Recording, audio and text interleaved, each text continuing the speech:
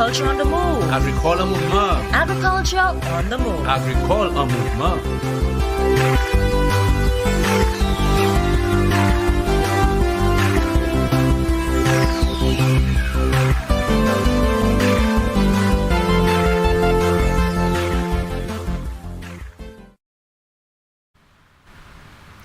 Hello again, St. Lucia, and welcome to the program, Agriculture on the Move, Agriculture Movement. Yes, we are on the move, and with me today is the captain of the Ministry of Agriculture, the Honorable Alfred Prospere, who is responsible for agriculture, fisheries, food security, and rural development. Welcome to the program, sir. Yes, thank you very much. Yes, man.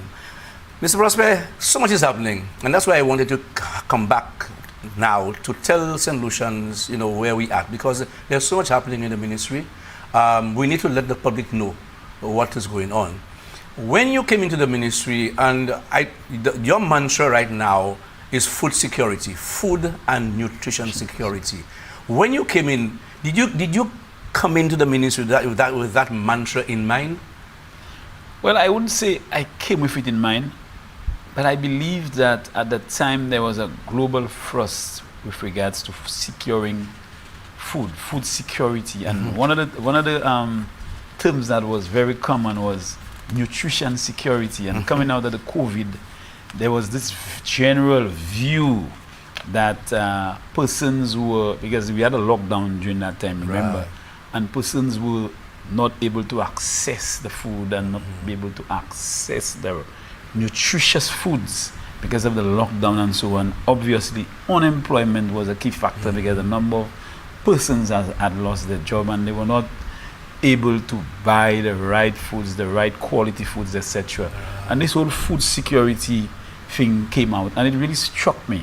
And then I realized that my ministry is responsible for the production of food. Correct. And I said that responsibility lies in the ministry, and as the minister, I thought it was necessary for us to push this agenda because I would hate to know that St. Lucia, considering the high import of a number of commodities that we can grow here, St. Lucia could have faced or been faced with a crisis of not being able to have sufficient foods to feed our nation.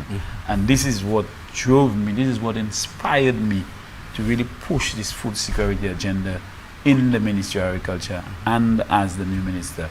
And I'm very happy with what we've been doing so far. I was happy that the second phase of the 7 Crops program was launched very early in my tenure, and it was all about reducing our food import bill and ensuring that we are food secure.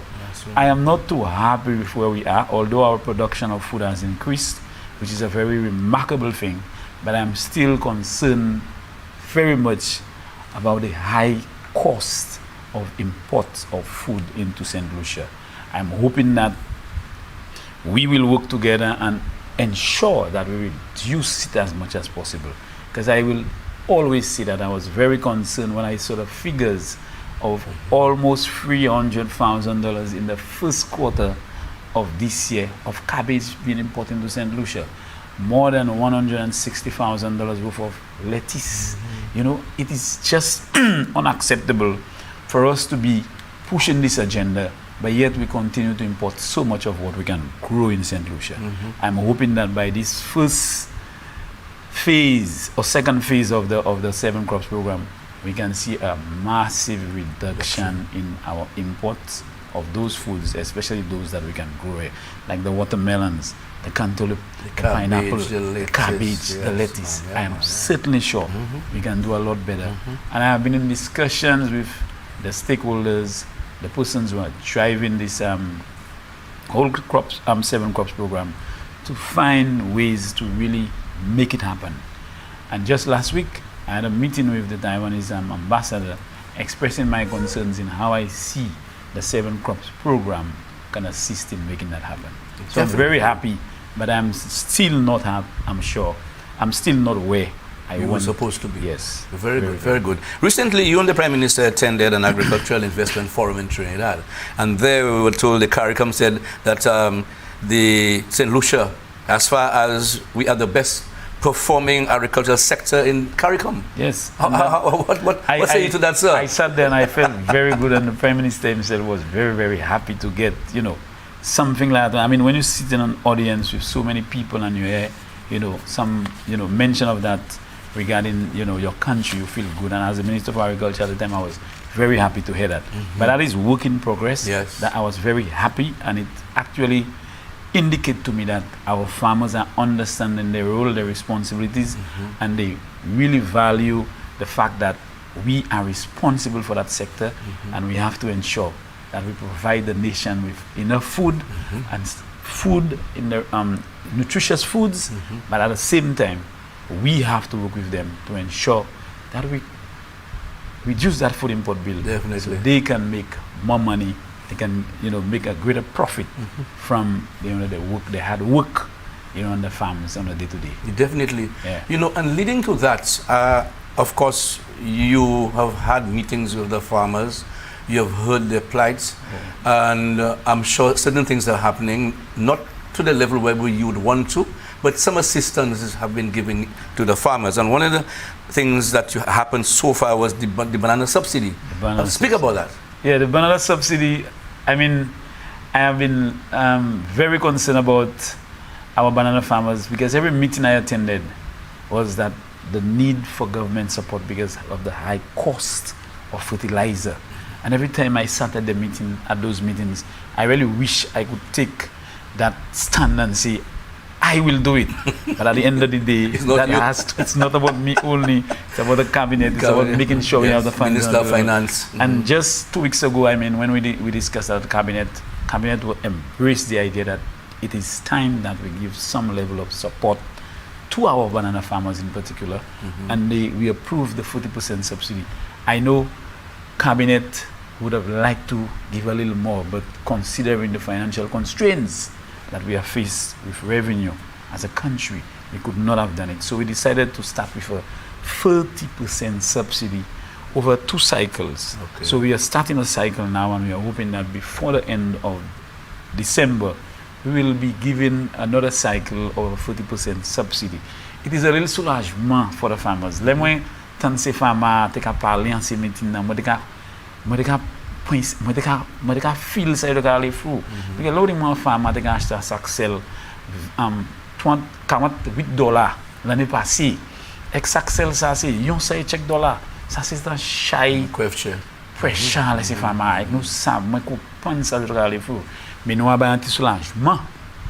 Et ça c'est un petit soulagement. Et mon cadeau nous allons continuer à garder que le gouvernement nous a ba aussi pour faire la vie primaire ba aussi dans ces family gym là, parce que ces family gym là aussi qu'a produit et gouvernement Morocco bon by gouvernement Saint-Lucie a soit donation of 4000 sacs sel et nous distribuer ces sacs sel ça on paye en toutes ces régions.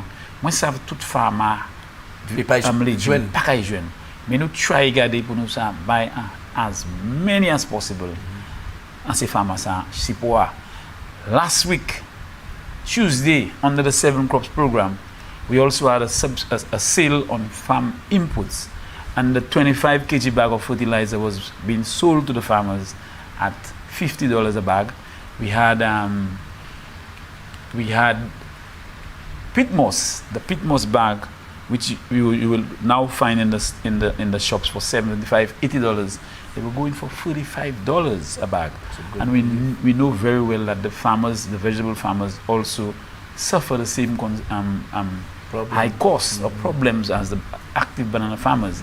But we try our best to reach out to as many farmers as possible to make life easier for them, to reduce the burden on the pockets in having to spend so much for fertilizer.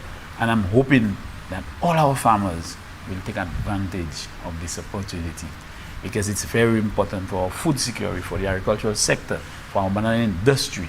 And I'm really, really happy that I can, breathe a sigh of relief that we have taken some action to assist our farmers. Though you think that what you have done so far, or what we have done so far in the ministry, it is still small, but in the wider sector of St. Lucia, everybody is watching agriculture. Eh? Yes, in fact, just recently there, my good friend Claudia said that you have to watch the Minister of Agriculture. He doesn't talk much, but he's delivering. Yes. And that says a lot. Yes. I feel very good about it, and I want to I have mentioned to my staff in the ministry that it's not about me. It's about the sector. It's about a sector that is very important for the development or the development of the country. When we saw what happened during COVID, the entire tourism sector came to a halt. And it was the agricultural sector that continued to feed our nation. So we cannot underestimate the agricultural sector. And we have to be able to give the farmers support at a time when you have the Ukraine war that is placing tremendous pressure on shipping, high cost of feed and so on for our poultry farmers. A number of issues that has really made it very challenging for the farmers in the sector. And I felt that the ministry needed to, wake up, and to really reach out and to be able to demonstrate that level of interest in what our farmers do, what our stakeholders in the agricultural sector do, and to really take it to that level where I can see we are going, and I'm hoping that we can head to where we're supposed to be getting very soon from now. And the other thing too, the major thing there is to create the environment for the farmers, because once there is a market, the farmers will produce, And the other thing too that I think we created a dent in was the export of our bananas to the regions and also back to the UK. Very good, and just a short while ago I was engaged in the NFTO and really discussing, how we can build on what we've started in the UK. And a lot of people were not sure that we were going to regain this market, but we have it, and we need to be able to build on what we have and sustain it. But I want to always say to the farmers, it's about producing a high quality fruit. Our taste has always been what we are marketing our bananas around, for the taste. And I'm telling you, no other country in the world has a banana that tastes as good as Lucia bananas. So we have to profit that opportunity and make sure our farmers continue to benefit from the industry. The region, yes, it is very important. There's tremendous opportunity in the region. And I also want us not to rely heavily on just the UK market, but to see how much we can penetrate the region. So Trinidad and St. Kitts and Antigua and St. Thomas, all those countries within the region, we need to tap into those countries to see how we can really get our bananas, and not just our bananas. I was just about saying that, not only our bananas, produce like our root crops, our yams, our dashin, our mangoes, our breadfruit, our plantain, and really create that hub, that opportunity for our farmers to be able to produce in high quantities with the hope that they are going to sell. The markets are available, and they are going to make the kind of profit that they expect to make from it. Yeah, that is very, very, very crucial. And I always maintain, especially when it comes to assist farmers, when it comes from the extension officer's end, what is supposed to let us do it. Let's do what we have to do. Once we create the enabling environment for the farmers, they're happy, Once you see the little subsidy you're giving them, the little assistance, that goes a long way. Yes. So we have to do that, sir. Yeah, and you're touching a very key area there. In spite of all of the good work that we're doing, giving the farmers the subsidy, but they still heavily rely on the extension services. And if we are getting farmers saying that I'm not seeing the extension officers, I call them and I don't get them, and they take time to reach out to us. Yeah. We are still, not bridging that gap and it is a problem. Helping the farmers. It is. And we need to call a speed a speed. And we need to call a speed a speed. That is also a concern. Yes. I had the opportunity to meet all the extension officers a few months ago, and I'm just hoping that we can see that zeal coming from them in terms of reaching out, engaging, giving the support that the farmers expect of them, and to really move that agricultural sector, move it to the next level. Yeah. Just last week again, I want to inform that I was engaging the Taiwanese ambassador, and we are working together to see how we can get some small implements into the sector. Before the end of this year, hopefully, we have been guaranteed by the Taiwanese government to sponsor St. Lucia 8 small tillers. Great. And I'm certainly sure that will go a long way in assisting the farmers. And we in the ministry, the government has supported by approving 450,000 EC dollars to get small equipment that we can really get into the sector, mechanize the whole sector. Because I hear all the time that agricultural workers are very scarce. It's very difficult to get that. But mechanizing the sector will help deal with that problem and reduce overall the cost of production of the farmers. Definitely. At this juncture, we'll take our break. You're watching Agriculture on the Move. Please stay tuned. There's more to come.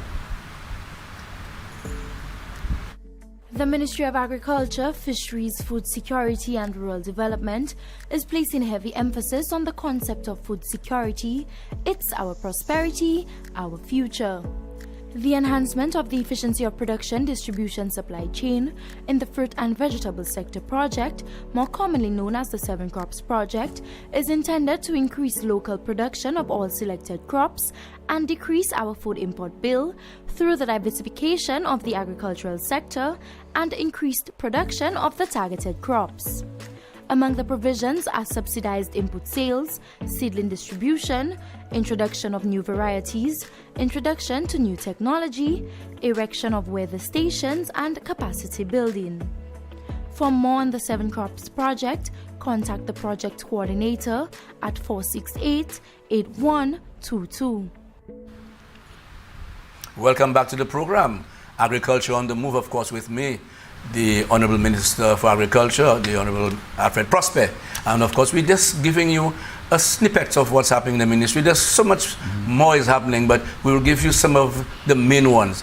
Another area, Mr. Prospere, that we have done quite a lot of work in is the agro-processing. Just recently, there was an agro-processing unit that was given to a new set of persons to run at Angers, which is the cassava processing plant. What is in store for our agro-processors in St. Lucia? We have about 80% or more agro-processors in St. Lucia, but they seem to be scattered all over the place. They seem not to be so organized. Now, in the recent weeks, we've been seeing an emergence of the agro-processing subsector. We had one open in Babono by the former Minister for Agriculture, and that's very good to see a Minister for Agriculture actually going into something like agro-processing. He seemed to understand the value of it. And soon after, we saw an cassava processing facility open in Angers. Soon from now, we will be seeing another facility in Angers. I think it's the cocoa fermentary. We've actually identified somebody to actually manage this facility. And we are getting a number of calls from persons of interest for the agro-processing facility in Fonasson. Yeah. I want to see the agro-processing subsector rise to get to the next level. I see a lot of local, the first is more local in terms of the sector. You can find certain byproducts locally, but I want to see that level where we can now be exporting a lot of the byproducts. To reach up like the barons. Yes, just like the barons. So I want those persons who are using our bananas to prepare what you call banana wine and all those things. I want to be able to see now we are moving those products to the supermarket shelves in Trinidad, in St. Vincent, in the other countries of the world. And so at that time I can see the whole benefits of value added. Because for years now, we've been seeing our primary products leaving St. Lucia. But what comes out is the byproducts of those same primary products that we have exported, coming back to our shelves. In value added. Yes, and I'm saying, for example, the CMOS. There is a lot of focus on the raw material. They harvest it, they dry it, they export it. But a lot of the byproducts that can be made out of CMOS, we have not really tapped into that. I agree. And it's the same thing for the bananas, for the mangoes, for the, the cassava. I mean, we went to Trinidad and we went to this exhibition, the expo. And we saw so many things that can be done, from cassava, from our cocoa. You know, I really need to see St. Lucia move to that next level. And I know, I mean, the first thing that they would say is that government needs to give the support. We have that level of support in place, because farmers must never forget we have what we call the Agricultural and Fisheries Incentive Act that gives farmers and other persons involved in the sector, where they have to purchase small equipment for agriculture and other agricultural inputs, you get duty-free concession from that and from that. So I want them to tap into it. So if you want to bring in your special pots and machines for agro-processing, you will get concessions by the government to actually get into it. So I want them to remember that is available, and it's available years back. Take advantage of it to help build your business, to ensure that your business benefit and you make money from your business. But what I really want to see from the whole agro-processing subsector is to grow it to the level where we can be exporting, we can be doing our branding, our promotion. So for example, our CMOS, you know, we can use our CMOS and say we have this CMOS wine, and you know, this CMOS gel, and this CMOS soap. You know, I want to be able to know that we can say we are exporting to those countries. And when I travel to those countries, you can see a St. Lucia brand of our CMOS and so on and so on. But I'm really happy with the fact that we are seeing an interest in it, and the interest is a clear indication that there is prospect, there is opportunity, there are benefits to be derived from it. And I just hope our St. Lucians can continue to tap into that. And one of the things that we began, and we need to continue, I mean, we have had the festivals. We had the banana festival, and it was a huge success. People saw so many things that can be derived from bananas. The mango. And upcoming one is the CMOS Festival, which is on the October 16th, World Food Day in Fondor. Yes. That one will be a huge one, because so far, at a meeting I had this morning, we have about almost 20 participants doing CMOS. We'll be showcasing them. And that still does not take away from about 15 persons who are from the restaurants, who are looking at the culinary aspect of it. So you can imagine how huge it's going to be. And then from there, I'm hoping to move into the cocoa. I'm hoping to move into the cassava, you know, and the list goes on, the coconut. You know, so all of these things that the ministry definitely have to showcase. And this is really good, because it is now creating an opportunity for our young persons, our entrepreneurs, and other persons. The youth economy. You know, look at ways that they can actually benefit from the youth economy in terms of setting up their own enterprise, their own business. You know, and I'm really happy to help of the CMOS.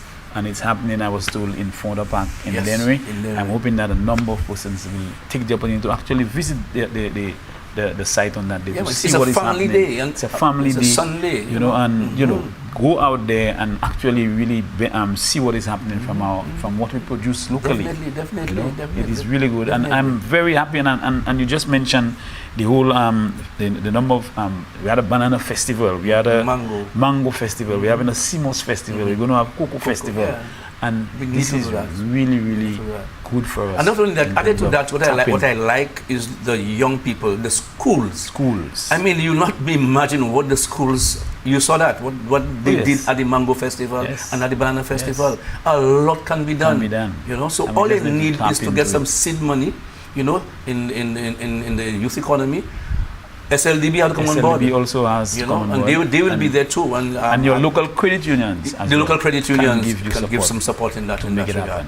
Let's move along. We're going to fisheries, and there's a fisheries policy. Tell us about this fisheries policy. Yes, I'm happy to announce that the cabinet just approved the fisheries policy about 2 weeks ago, and it's a policy that the process started, I think, some 3 years ago, I think 2019, and it was really a follow-up to what we had was called a fisheries plan or strategic plan for fisheries. But because of all the changes that have been happening in that subsector, the ministry felt or saw the need for a policy that would guide the whole direction of the whole fisheries sector, and to look at areas like research, like sustainability, and a number of ways that our fisheries sector can benefit, especially in terms of funding opportunities. I'm sure a lot of you would have heard about the unleashing of the blue economy, and St. Lucia Fisheries Department stand to benefit tremendously from funding to undertake a number of activities in the fisheries sector. And in the absence of a fisheries policy, that would not have been possible. So the fisheries policy, we had a presentation by members of the fisheries department to the cabinet of ministers, who was and we were convinced that the policy was in line with the whole sector in terms of the marketing, in terms of sustainability, private sector engagement. And this is really a document that I think that needed to really give direction to the whole fisheries sector, because we know all the issues in regards to our fishes, and the whole issue of turtles, and whether we should harvest turtles, and also the other whaling, and a number of other issues that I yes. felt we needed to really give direction to. And I'm happy to inform the fishers that we have a new policy that would guide the sector between now and 2030. Beautiful, beautiful. We had a tour of the meat processing facility. Sadly, it's in the States. I don't want to talk about it because it is so sensitive. And so you toured it for the first time. Give us your opinion. My opinion is that it should have been operational many years ago. Because here is it, you have a facility that was donated by the government and people of Taiwan to really boost up the whole livestock sector in St. Lucia. That would be one objective of reducing our meat, because we still import high quantity of meat into St. Lucia. But more importantly, we would have an available market for our livestock, the persons in the swine subsector, small ruminants, etc. And it was amazing when I went there to see such a beautiful facility with such high level of equipment, in terms of high standard equipment, that could really create employment for a number of our persons, especially our farmers in the livestock sector. But it has been sitting there for years and it has not become operational. It has not been commissioned for reasons that Tiwa King was given priority over our facility. But I believe that there is potential for it, and my ministry has actually looked at a cost-benefit analysis, and we believe that the best option is to keep the facility where it is, get the equipment that is needed, conduct an assessment, and really move. And that is going to be in line with our first in terms of moving the livestock sector. We have now moved the Beausejour, relocated Beausejour to Volet. We are hoping to move the animals currently located in Richfond in Dennery to Volet, before the end of the year, and to really get a program going for us to really do artificial insemination of swine and other small ruminants, so we can create opportunities for our young farmers, our current livestock farmers, to benefit from such a sector. Because at the end of the day, if that meat facility gets commissioned, the farmers will not have any problem in terms of where to sell their livestock. Any final words from you, sir, at the end? I'm always happy to be, part of this program to discuss agriculture, and it's really about our farmers, our fishers, our agro-processors, our vegetable farmers, everybody in the sector, to understand the invaluable contribution that they all make to the sector. My government, my ministry, I would like to ensure or I would like to encourage the farmers to understand that we will give them the support that is necessary. I'm happy that we have been given some support to deal with the issue of the fertilizers and other farm inputs, but it's just a small contribution for now. We are hoping that as things get better, we will continue to give that kind of support. But I really want to encourage the farmers to, bear patience. It's just a matter of time. It will be done. We will get things done, but continue the hard work. Thank you, Mr. Minister, for being here, and I wish you success. Very much. And I know you will succeed. Thank you very much. You've been watching Agriculture on the Move. People, don't forget the CMOS Fiesta, October 16th and Fodor. I'm Philip Sidney saying goodbye and see you again. God bless.